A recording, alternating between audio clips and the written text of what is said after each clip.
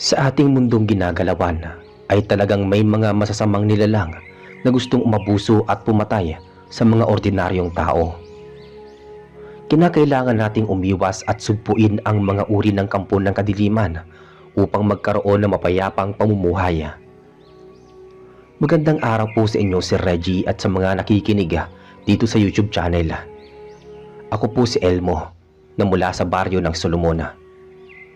Isa po ako sa masugid na taga-subaybay sa inyong channel at naglakas loob po akong sumulat upang isalaysay ang kwento ng aming pamilya ukol sa aswang na nahumaling at nagnasa sa aking inang buntis at panganay na kapatid. Ilang beses ko po pinag-isipang mabuti bago ko po ipadala itong kwento dahil medyo matagal po ako namuhi sa aswang na nagnasa sa aking ina't kapatid. Taong 1997, nasa 17 taong gulang ako ng mga panahong iyon at nakatira pa kami sa kubo sa baryo. May mangilan-ngilan pa kami mga kapitbahay dahil malayo ang agwat ng mga kabahayan.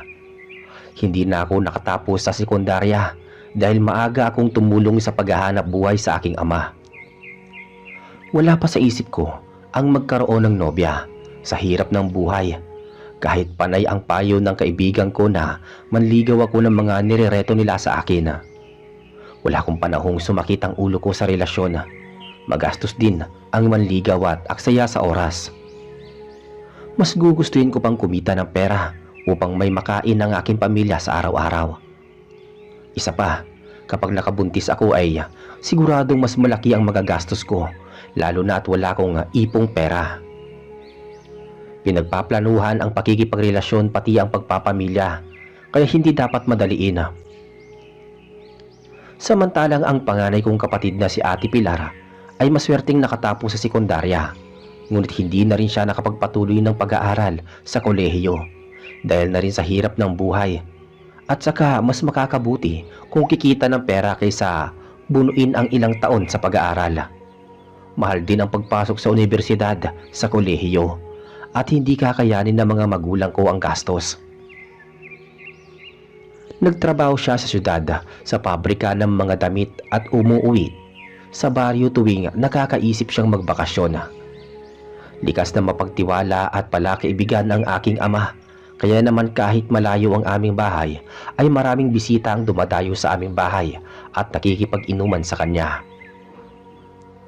Bata pa sa natatandaan ko na kwento ng lolo ko at lola ay madalas niyang napapagalitan ng tatay ko dahil mabilis itong magtiwala sa mga taong hindi pa niya lubos nakikilala. Mabilis daw itong maniwala at mahulog ang loob sa mga tao, kaya naman madalas ay naloloko. May insidente pa daw noong kabinataan nito na ninakawan siya ng pera. Mahilig kasi makipagbarkada at halos siya ang nanlilibre sa mga ito.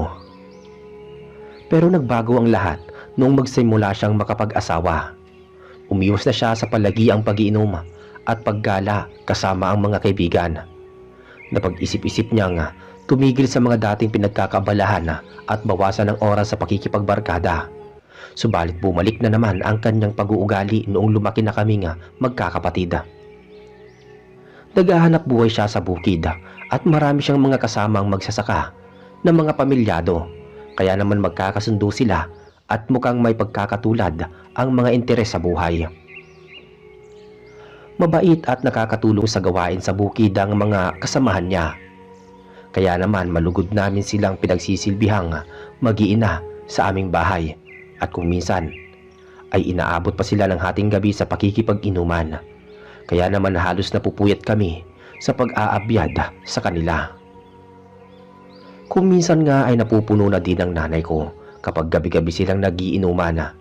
Kaso noong tumagal ay hindi niya na masaway ang tatay ko dahil buntis siya at paraging inaantok.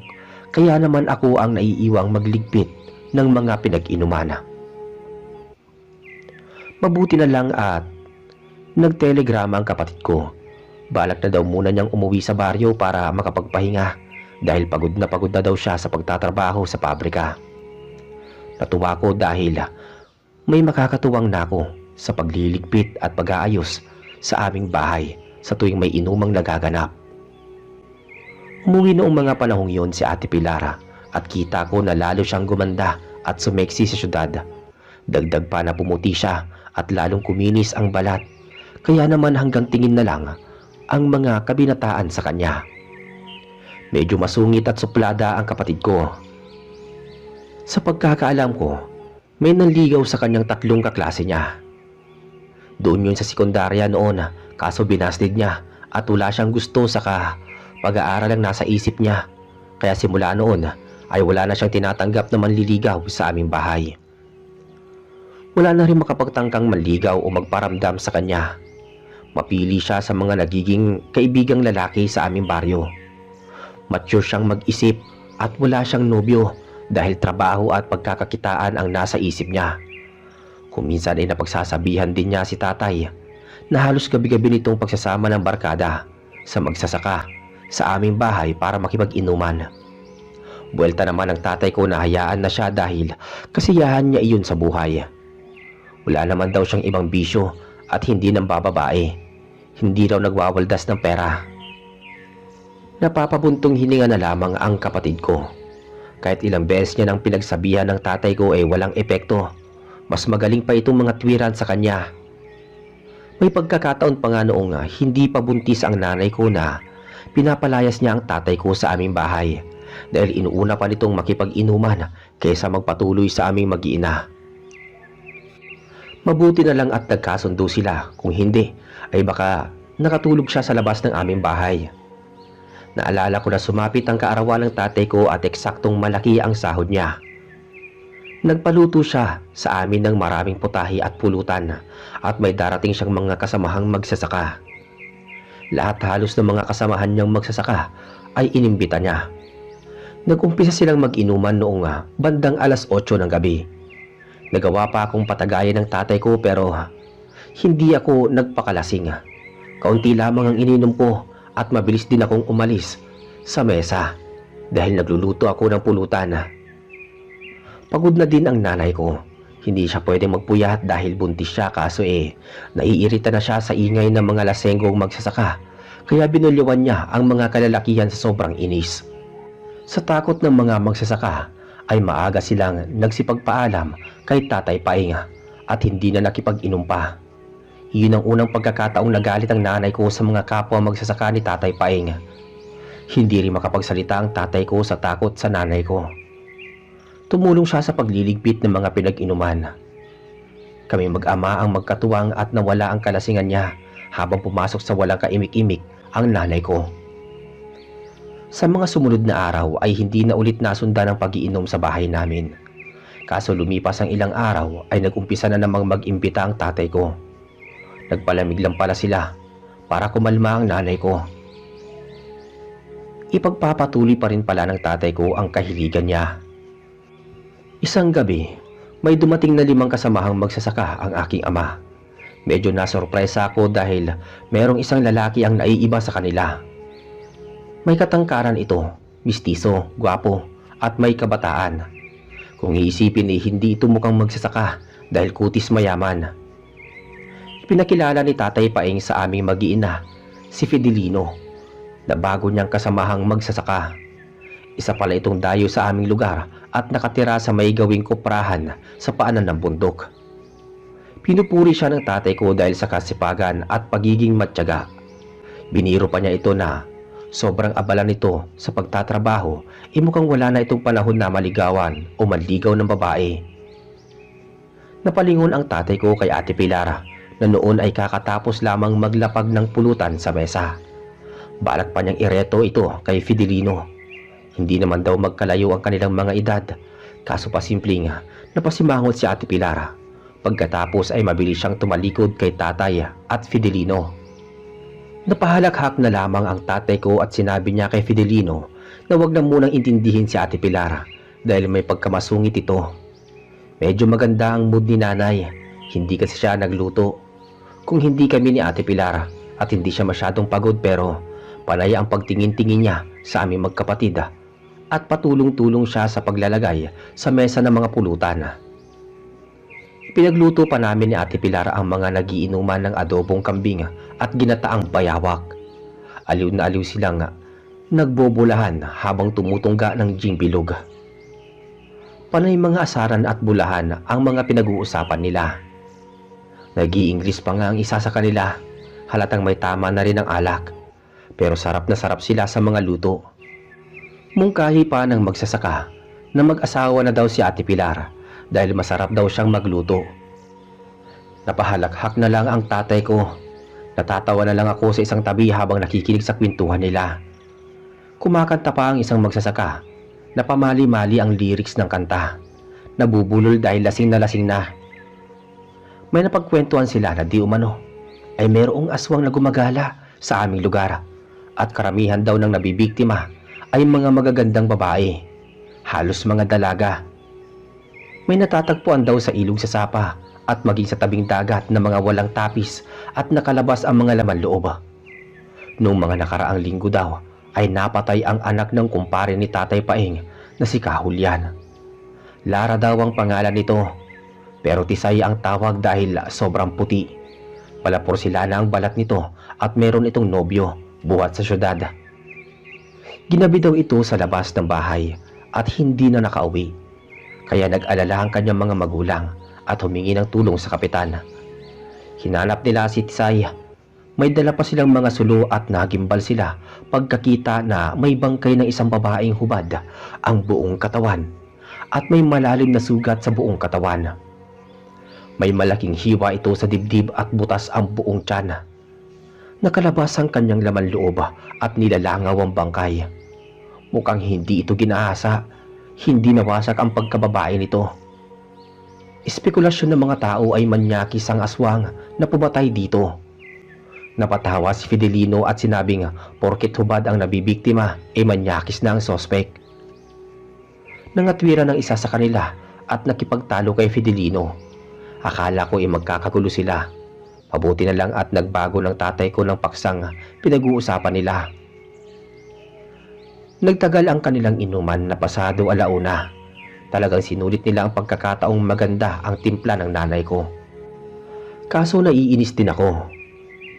Dahil kung mamulutan ang mga kapwa magsasaka ng tatay ko ay akala mo wala nang bukas. Ubos kong ubos ang mga pulutan. Hindi na kami nagluto ng pulutan at hinayaan na lang namin silang uminom ng alak na walang pulutan. Total ay mga lasing na ang karamihan sa kanila at panay ang kwentuhan. Kontento na lang sa alak.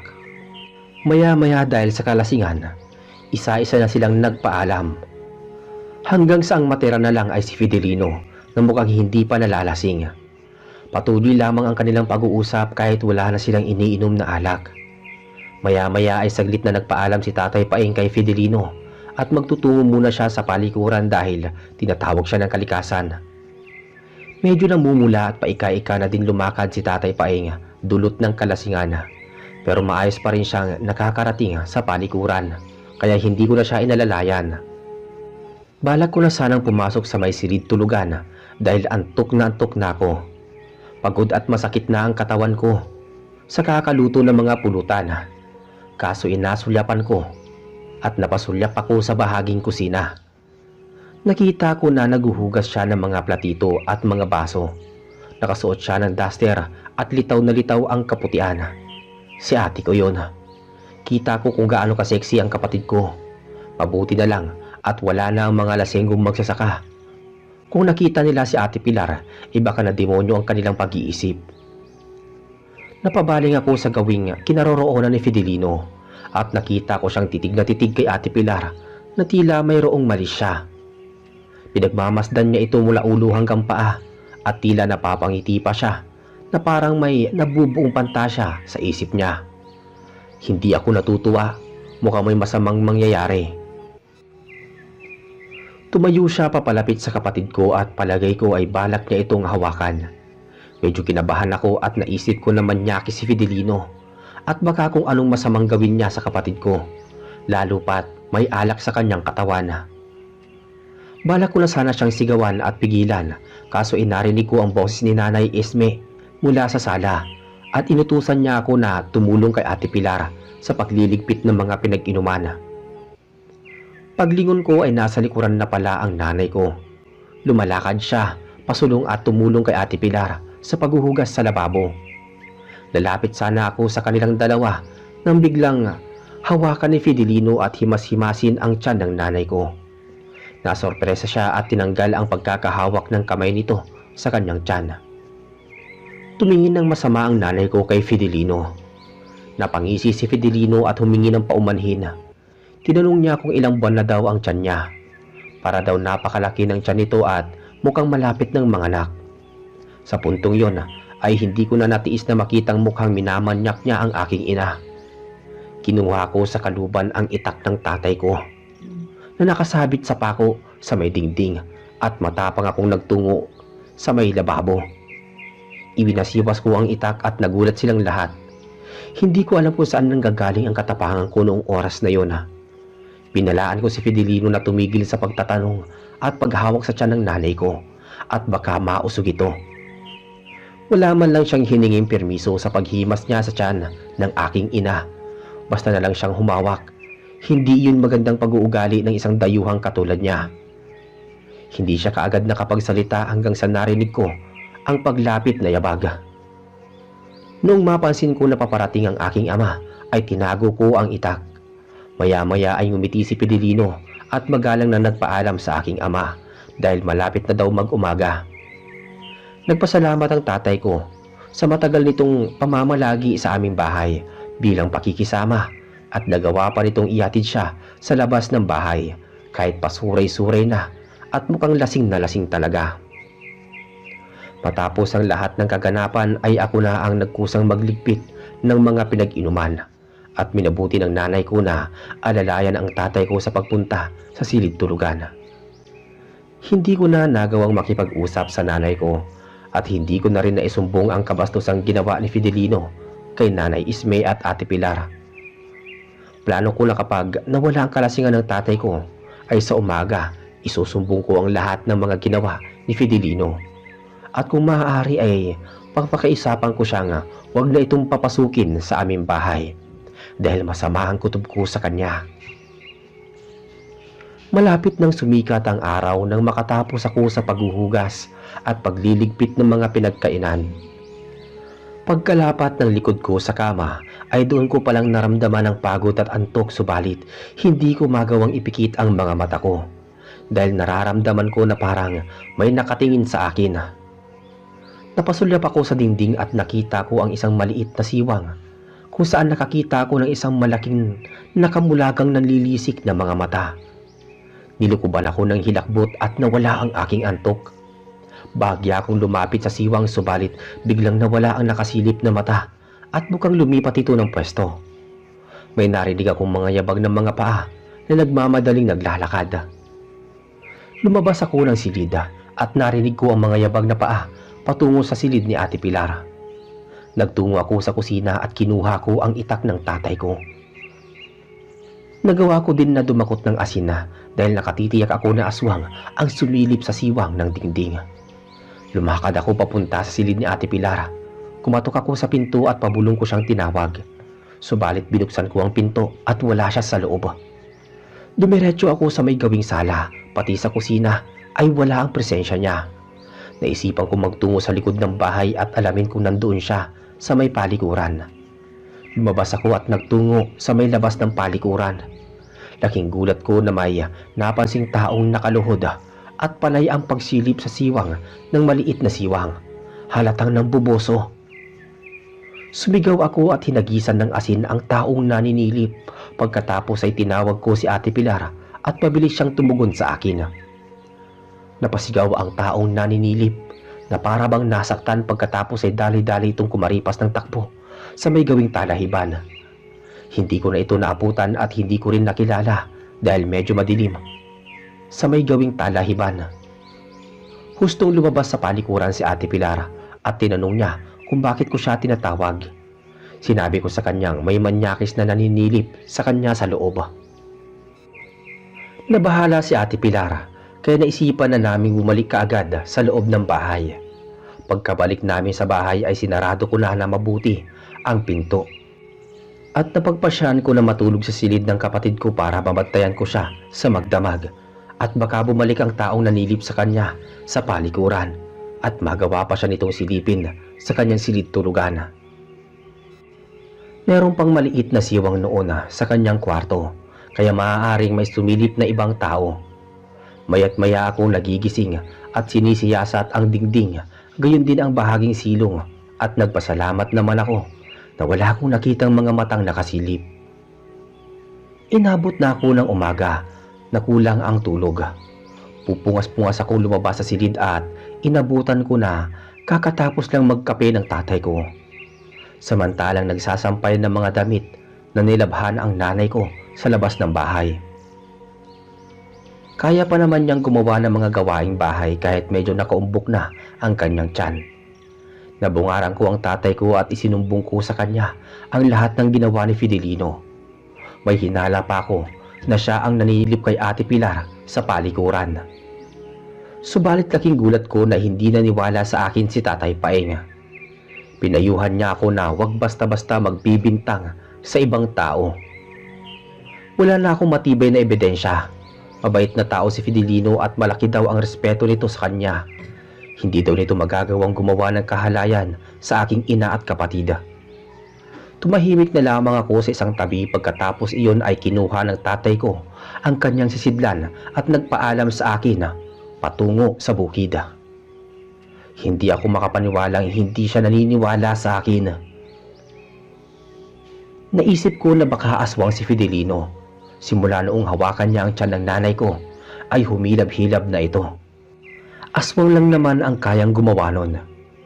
Kumuha ako ng maliit na lagayan ng mga sausawan at doon ko pinigaan ng kalamansi at binunburan ko ng asin.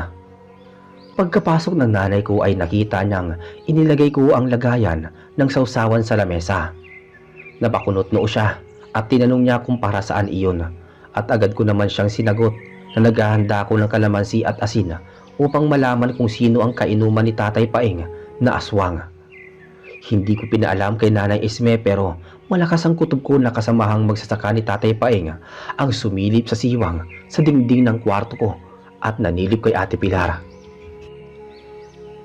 Pagsapit ng gabi, nabanggit sa kanya ng tatay ko na gagabihin siya ng uwi dahil binyag ng anak ng kasamahan nitong magsasaka na si Mang Baltasar at siguradong umaatikibong inuman na naman ang magaganap.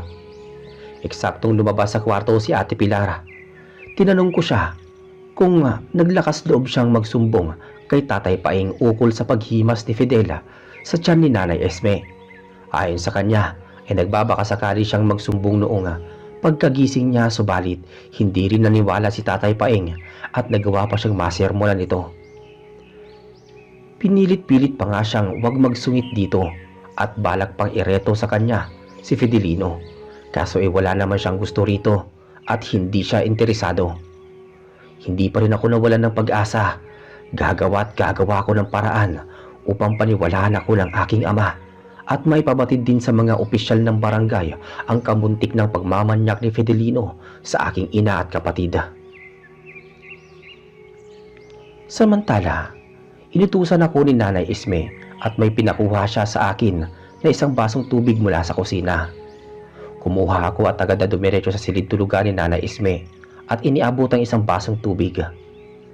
Nabanggit niya sa akin na medyo humihilab ang kanyang tiyan pero nakakaya pa daw niya ang sakit. Nawawala-wala naman daw iyon. Lumabas ako sa may silid at nahuli ko si Fidelino na panay ang sulyap kay Ate Pilar sa may gawing sala habang abala ito sa pagpupunas sa lamesa. Kita ko na sumisinghot-singhot si Fidelino, mukhang inaamoy ang pabango ng aking kapatid. Kinilabutan ako at hindi ko maintindihan kung bakit kinakailangang suminghot-singhot pa ni Fidelino malapit sa direksyon ni Ate Pilar. Maya-maya, lumabas si Tatay Paeng na may hawak na pera. Tumayo si Fidelino at agad na kinuha ang pera. Nangako siya sa aking ama na babayaran ito sa makalawa at pagkatapos ay nagpasalamat. Saka umalis na sa aming bahay. Gusto ko mang magsumbong kaso alam ko na hindi naman ako paniniwalaan ng tatay ko. Kaya minabuti ko na lang na manahimik. Kinagabihan, pabaling-baling ako sa kama. Pawis na pawis ako at talagang takot na takot ako. Dinalaw ako ng masamang panaginip. Nasa bukid daw kami ng tatay ko at habol hininga kaming tumatakbo. May humahabol sa aming aswang. May ilang kilometro na din ang aming nararating nang biglang huminto sa pagtakbo si Tatay Paeng. Umubo siya habang bumubula ang bibig. Kamuntik pa siya mapabulagta sa lupa at pinipilit ko siyang tumayo, subalit naabutan kami ng aswang na nangingintab ang balat at matutulis ang mga pangil. Nanlaki ang aking mga mata pagkakita ko sa pamilyar nitong muka.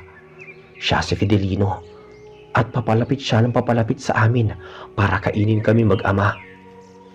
Sumigaw ako at doon na nagdilim ang paligid.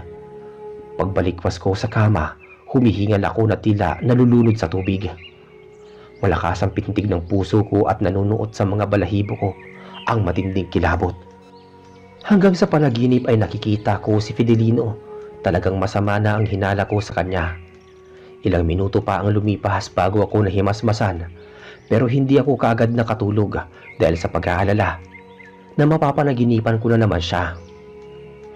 Umabot pa ako sa hating gabi bago tuluyang nakatulog.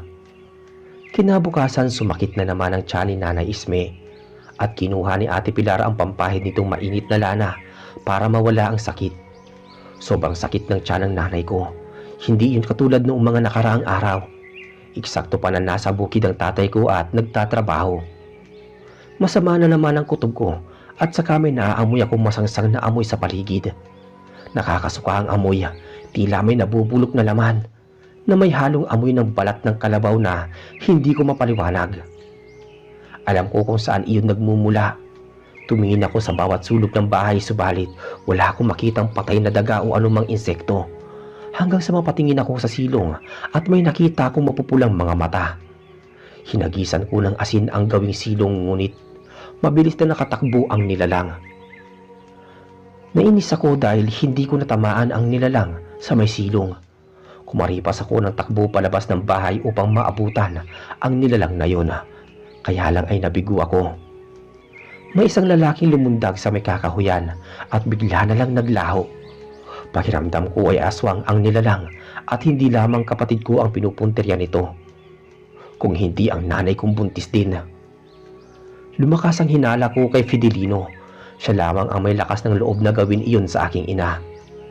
Dumagdag pa ang mga kakaiba niyang kinikilos simula noong gabing makipag-inuman siya kay Tatay Paeng. Bumalik ako sa bahay at inabutan ko na mahimbing nang natutulog ang aking ina. Nabanggit sa akin ni Ate Pilar na gumanda ang pakiramdam ni Nanay Isme pagkatapos na mapahiran ng botilyang may mainit na lana.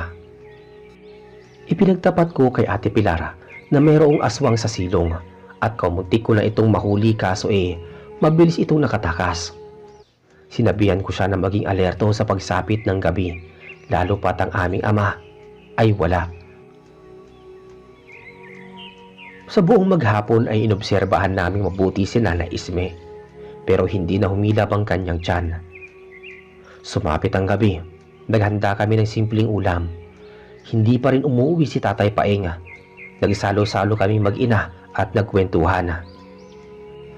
Nababahala si Nanay Isme sa pagiging malapit ni Tatay Paeng at Fidelino, lalo pat mukhang hindi talaga mapagkakatiwalaan si Fidelino. Sumabat ako at sinabi ko nga, makapal ang mukha ni Fidelino.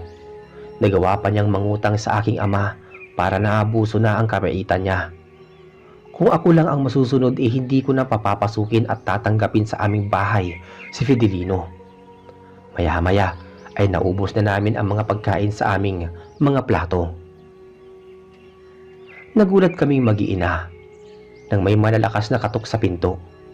Noong una ay nakala ko na si Tatay Paeng yun at baka lasing na lasing ito, ngunit hindi nagsasalita kung sino mang kumakatok sa may pinto. Nagmamadali talagang halos wasakin na ang pinto, kaya naman kinuha ko ang isa pang itak sa may kusina bago ko kinausap ang sino man na taong kumakatok sa labas ng pinto. Malalakas ang mga naging pagtatanong ko at hindi ko basta-basta binubuksan ang pinto. Maya-maya ay narinig ko ang mga boses ni Mang Fernando at Mang Etan, kapwa magsasaka ni Tatay Paeng. Kahit papaano, naibsan ang takot ko, kaso labis ang aking pag-aalala at iniisip ko pa na baka may masamang nangyari sa aking ama, kaya hindi ako nagdalawang isip na buksan ang pinto. Lumitaw sa harapan naming mag-iina ang dalawang magsasaka habang nakakbay sa tigkabilaan nilang balikat ang kamay ni Tatay Paing. Namumutla siya at mukhang nangihina. Pinapasok namin sila sa aming bahay at nang mailapag sa lamesa ang katawan nito ay kinausap ni Mang Fernando si Nanay Isme at nabanggit niya na biglang sumama ang pakiramdam ng tatay ko. Nagsuka ito at kamuntik nang mawalan ng malay sa di malamang kadahilanan. Kaya naisip nilang ihatid ang tatay ko pero dumaan muna sila sa bahay ng albularyong si Mang Usteng bago dumiretso sa aming bahay. Anumang oras ay darating ang albularyo sa aming bahay. Walang ano-ano ay tumawag si Mang Usteng sa labas ng bahay. Pinatuloy namin siya at pagkakita niya sa nanlulupaypay na katawan ng tatay ko ay kaagad niya itong pinulsuhan. Maya-maya ay pasimple akong nagtanong sa dalawang magsasaka kung kasama nila sa inuman si Fidelino. Pareho silang sumang-ayon at nabanggit pa ni Mang Fernando na napansin nilang magsasaka na may sugat sa gawing leeg pababa sa dibdib si Fidelino. Dumadaing din ito ng sakit ng likod. Paliwanag daw nito na nabanlian daw siya ng kumukulong tubig sa kanilang bahay. Sa pagkakataong yon ay sumagi sa isip ko na maaari si Fidelino ang nanilip kay Ate Pilar. Posibleng nadampian ng asin ang leeg nito at dibdib. Noong may nakita akong nakasilip sa silong ng bahay namin, hindi ako naniwalang nabanlian si Fidelino ng kumukulong tubig. Palabas lamang niya iyon para hindi mapaghinalaan sa ginawa niyang kalokohan. Maya-maya ay tumigil na kami sa pagkukwentuhan at pinanood ang panggagamot ni Mang Usteng kay Tatay Paing. May inilabas siyang asul na tawas sa kanyang bulsa at inutusan ako na kumuha ng palanggana at isang basong tubig. Agad akong tumalima at binigyan ko siya ng mga palanggana at isang basong tubig. May inilagay siyang pulbura sa baso at pinainom niya sa aking ama. Sunod-sunod ang pagsuka ng tatay ko sa nakasahod na palanggana. Tumambad sa harapan namin ang malapot na mabahong maitim na likido. Hinayaan niyang magsuka si Tatay Paing at humanap siya ng tiyempo para makausap kami mag-iina. Ayon sa nakita niya sa kanyang pagtatawas ay nilason si tatay at ginamitan ng mahika ng aswang. Hindi para hawaan ng pagiging aswang kundi para patayin. Matagal na daw pinagbabalakan ng aswang ang aking ama dahil may masama itong plano sa aking inang buntis at kapatid.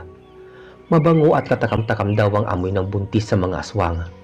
May lihim pang pagnanasa ang aswang sa aking magandang kapatid at gusto pa niya itong mahawaan upang maging kauri. Kaya pala madali nitong malinlang ang aking ama dahil nagkunwari itong mabuting tao. Gumamit din ito ng orasyon kung saan nakontrol niya ang pag-iisip ng tatay ko. Malinaw pa sa sikat ng araw, si Fidelino nga ang aswang at kaya pala kahit anong sabihin namin magkapatid laban sa kanya ay hindi kami pinaniniwalaan ni Tatay Paing. Iyon pala ay nasa ilalim siya ng impluwensya ng kapangyarihan ng aswang. Naisip ko na baka nalawayan ni Fidelino ang tagayan na walang ibang nakapansin at binigay niya kay Tatay Paing. Ito nga ang kanyang balak lasunin. Ipinagtapat ko sa kanilang dalawa ang ginawang pamamanyak ni Fidelino sa aking ina at kapatid noong gabi na nagkainuman sila sa aming bahay. At bukod pa doon, ang paninilip nito sa palikuran at silong. Isiniwalat ko din na pinaghihinalaan ko siyang aswang dahil noong hinawakan nito ang tiyan ng nanay ko ay panay ang pagsakit noon. Sigurado ako na gustong patayin ni Fidelino ang tatay ko sa kadahilan ng nais niyang mabalikan ang nanay at kapatid ko para magawa niya kanyang gusto. Kung hindi siguro buntis ang nanay ko, posibleng pagnasaan din niya ito dahil hindi pa halatang matanda ang aking ina at talaga namang kaakit-akit. Naiinis ako pero pinilit kong magpakahinahon dahil alam ko na hindi yun makakatulong para makaligtas sa kamatayan ng aking ama. Kaya hinintay na namin mapagaling ng albularyo ang aming ama. Napakaraming nailabas na mabahong likido ang aking ama at tumagal ng halos 1 oras bago nanumbalik ang kanyang kulay at mawala ang panlalamig sa kanyang buong katawan. Lumipas pa ang ilang minuto, nakatulog siya ng mahimbing. Ngunit bahagya akong lumayo kina Nanay Isme at Ate Pilar. Sinimplihan kong kausapin si Mang Usteng, Gayon din ang dalawang kaibigan ng tatay ko na magtungo kami sa bahay ni Fidelino sa kasunod na araw upang makausap ito ng masinsinan at mabalaan sa ginawa niyang karahasan. Sinabihan ko sila na huwag sabihin sa aking pamilya ang aming plano. Kinabukasan maaga akong gumising at naggayak ako ng asin at kalamansi sa aking sisidlan. Gayon din ang matalas na itak. Pagkatapos ay nagpaalam ako sa aking ina at kapatid. Tulog pa noon ang tatay ko at walang kaalam-alam sa aking mga plano. Sinundo ako ni Mang Fernando at Mang Etan at gayon din ang albularyo. Kaya parang kinutuban ang nanay ko na meron kaming masamang gagawin, pero sinabi ko na lamang sa kanya na ako lang muna ang magtatrabaho sa bukid habang nagpapagaling ang aking ama. Matagal akong tinitigan ng nanay ko bago niya ako sinabihang mag-iingat at huwag gumawa ng mga bagay na labag sa kanyang kalooban. Tinamaan ako ng konsensya sa mga tinuran niya, pero wala nang oras at wala nang oras para umatras. Mahaba ang nilakad namin at paulit-ulit akong tinanong ni Mang Usting kung sigurado akong susugurin si Fidelino. Kaya paulit-ulit ko din siyang sinagot na hindi ako duwag para hindi ko siya harapin. At isa pa, nasaan niyo siyang tao sa umaga, kaya hindi niya ako magagawang saktan, lalo pat may dala akong mga pangontra. Naisip ko na baka nagtatago sa loob ng bahay si Fidelino at nangangamba na puntahan siya. Biglang nagdilim ang paningin ko. Kinuha ko sa aking sisidlan ng ilang piraso ng kalamansi at sumigaw ako sa labas ng bahay. Pinagbantaan ko pa siya na kung hindi siya lalabas ng bahay, mapipilitan akong gumamit ng pangontra sa aswang. Maya-maya ay bumukas ang pinto at nakita ko si Fidelino na nangihina at mukhang may sakit. Sunog ang leeg, naabot hanggang dibdib. Nagwala ko pagkakita ko sa kanya. Bala ko siyang atakihin, subalit sinalag ako ni Mang Usting at humingi siya ng paumanhin kay Fidelino sa inasal ko.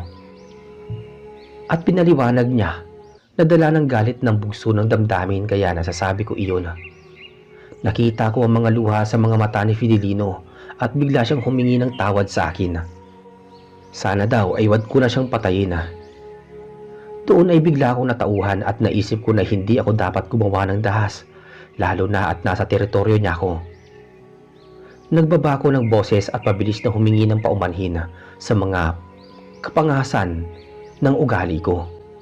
Basta pinaalalahanan ko siya na kapag gumawa pa siya ng karahasan sa aming pamilya, ay ako na mismo ang magbibigay sa kanya ng parusa.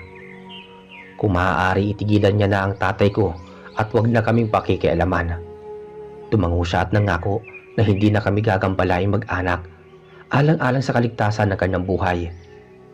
Nagpasalamat naman ako sa kanyang kooperasyon at hindi na rin kami nagtagal sa lugar na iyon, kaya bumalik na ako sa aming bahay.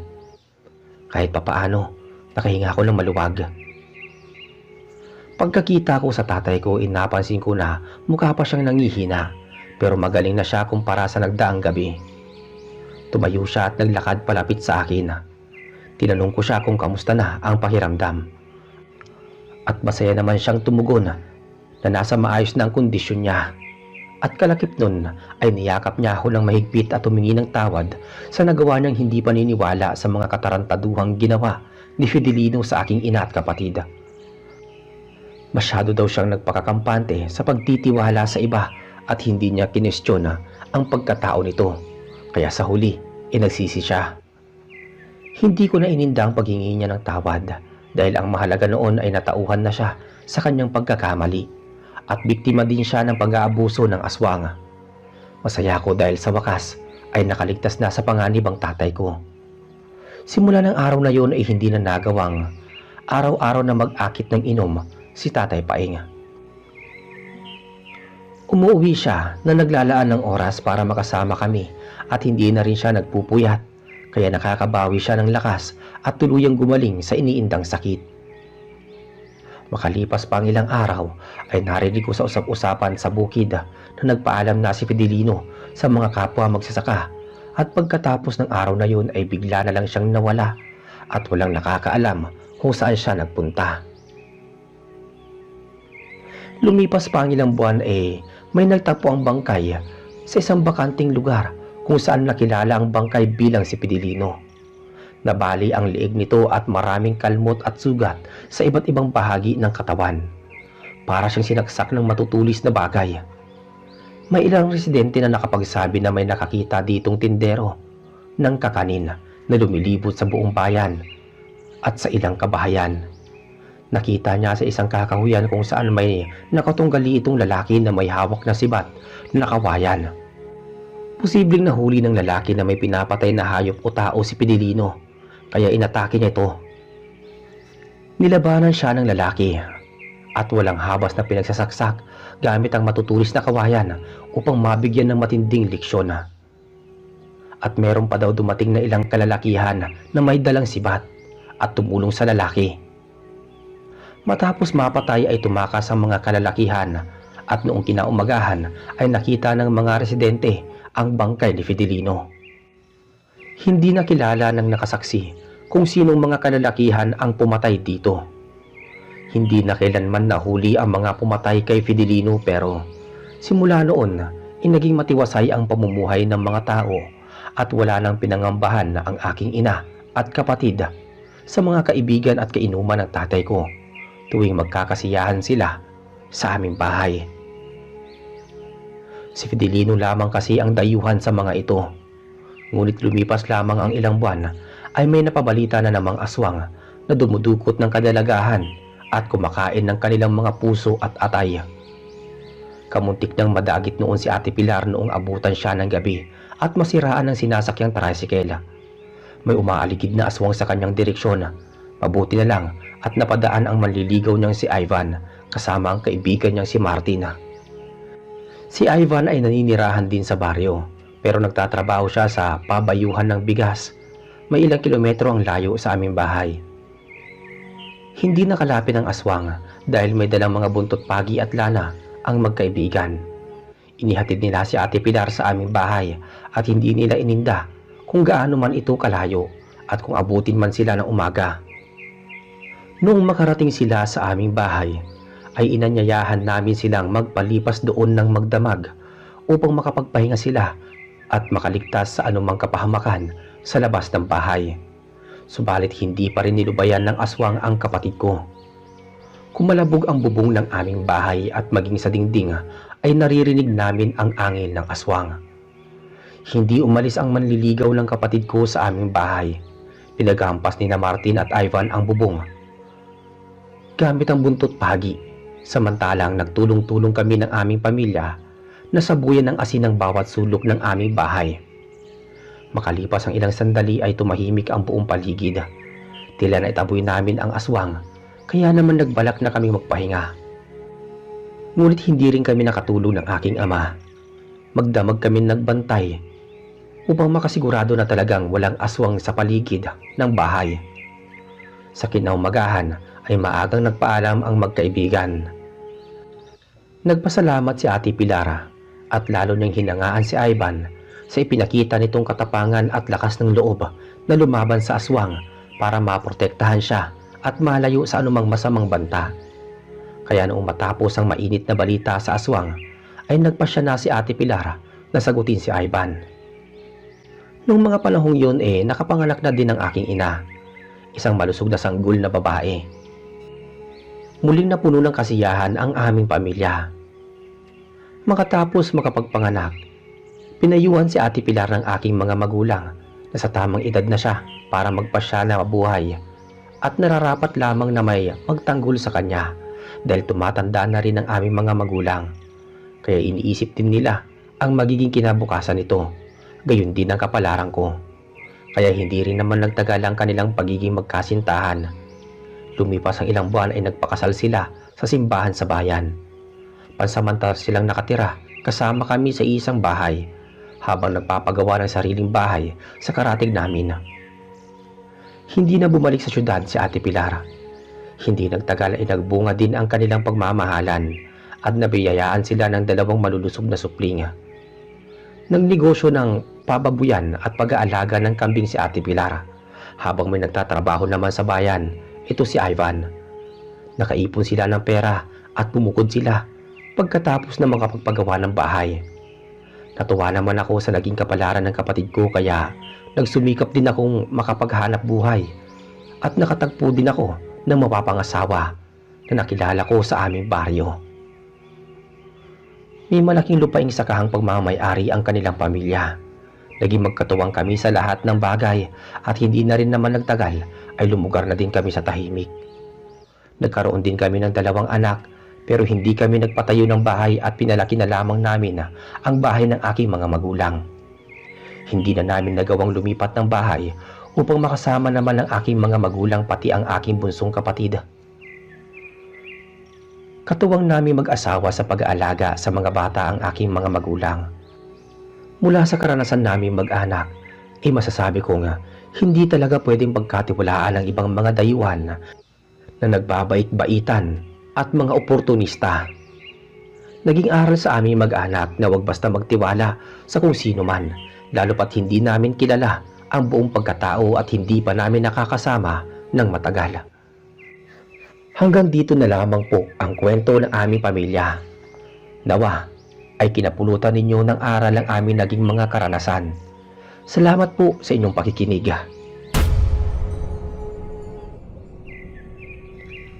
At doon po natatapos ang ating kwento. Pagpasensya nyo na yung boses ko, medyo barado pa talaga yung ilong ko saka medyo paos pa. Yun lang, ingat po kayo palagi. Hanggang sa muli.